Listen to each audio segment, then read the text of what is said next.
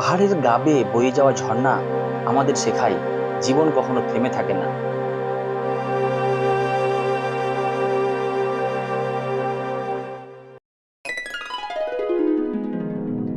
পথিক আসলাম Facebook page থেকে আপনাদের স্বাগত জানাচ্ছি। এই মুহূর্তে আমি রয়েছি ঝাড়খণ্ড রাজ্যের সাহেবগঞ্জ জেলার মতি ঝর্ণায়। মতি ঝর্ণার সমস্ত আপডেট তুলে ধরবো।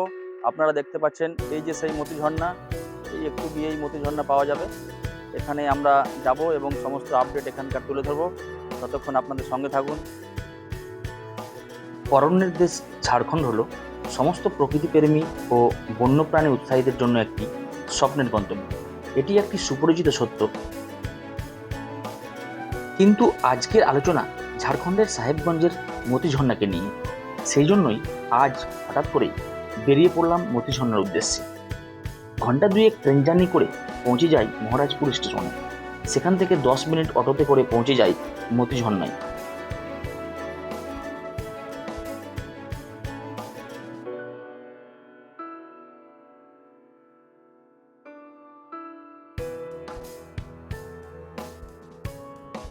দেখুন, অসাধারণ নাজারা, খুব সুন্দর, খুব সুন্দর। এই যে সেই ভিউ, সেই ঝর্ণা, একদম ঝর্ণার কাছে এসছি এবং এখানে অনেক লোক রয়েছে। দেখুন, এই সেই ভিউ, এই সেই অসাধারণ ভিউ।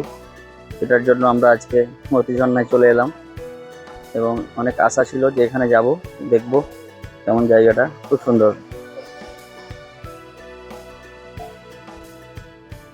এই ঝর্ণার প্রাচীন ইতিহাস রয়েছে। প্রাকৃতিক এবং জনপ্রিয় পর্যটন কেন্দ্রের মধ্যে এটি একটি। রাজমহল পাহাড়ের পাদদেশে অবস্থিত এবং এখানকার জলপ্রপাতটি খুবই মনোরম।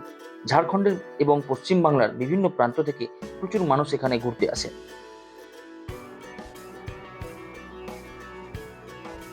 এই ঝর্ণার অপর নাম মতিনাথ ধাম। 600 বছরের প্রাচীন রাজা মান সিং এর সময় থেকেই এই ধামে পুজো করা হয়। সেজন্যই বিস্তারিত জানতে মতিনাথ ধামের প্রধান পুরোহিতের সঙ্গে সাক্ষাৎ করি। মতি ঝর্ণা আমরা যে এসেছি এবং এখানে কি বিখ্যাত, কেন এখানে আমরা এসেছি, সেই বিষয়ে আমরা মতি ধাম যে এখানে মন্দির রয়েছে সেখানকার প্রধান পুরোহিত, ওনার সাথে আমরা কথা বলবো। আমরা এই মুহূর্তে ওনার কাছাকাছি যাচ্ছি। আপনারা দেখুন। पंडित जी, हाँ बोलिए। आपसे थोड़ा सा बात पूछेंगे हम लोग। ठीक है। यहाँ पे जो मोती झरना है, ये मोती धाम है, मोती धाम से जाना जाता है। तो मोती धाम मतलब क्या है और इसका जो मतलब किस लिए फेमस है, ये सब चीज आपके आपके सामने सुनेंगे। थोड़ा सा हमारा दर्शक को बता दीजिए।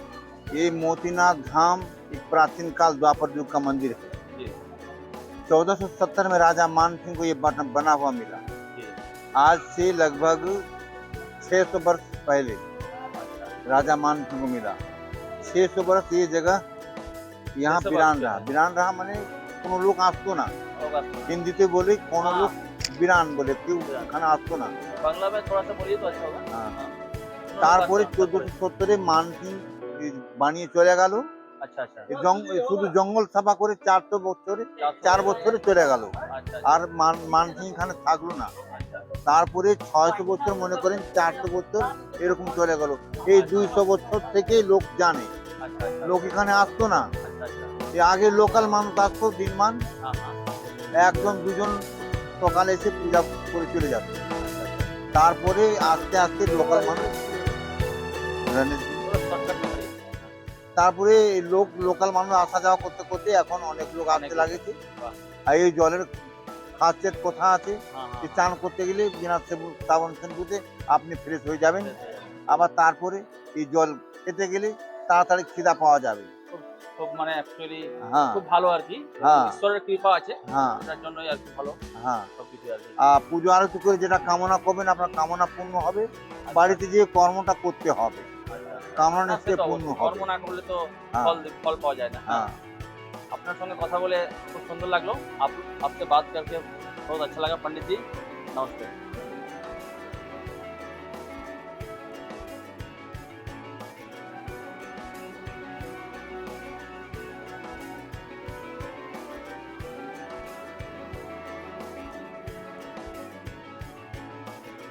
এরপর কিছুক্ষণ আশপাশ ঘোরাঘুরি করি অসাধারণ সৌন্দর্যে মোড়া এই ঝর্ণার প্রাকৃতিক দৃশ্য উপভোগ করতে থাকি। আমরা এখন মতিঝর্ণা থেকে বেরিয়ে যাচ্ছি। আমাদের মতিঝর্ণা ঘোরা কমপ্লিট হয়ে গেল। অসাধারণ, খুব ভালো লাগলো।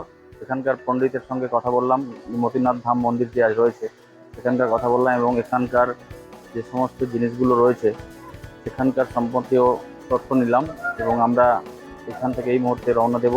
আপনারা অবশ্যই আসবেন, দেখে যাবেন, ভালো জায়গা। তাহলে আজকের মতো এখানেই, ভালো থাকবেন, বাই বাই।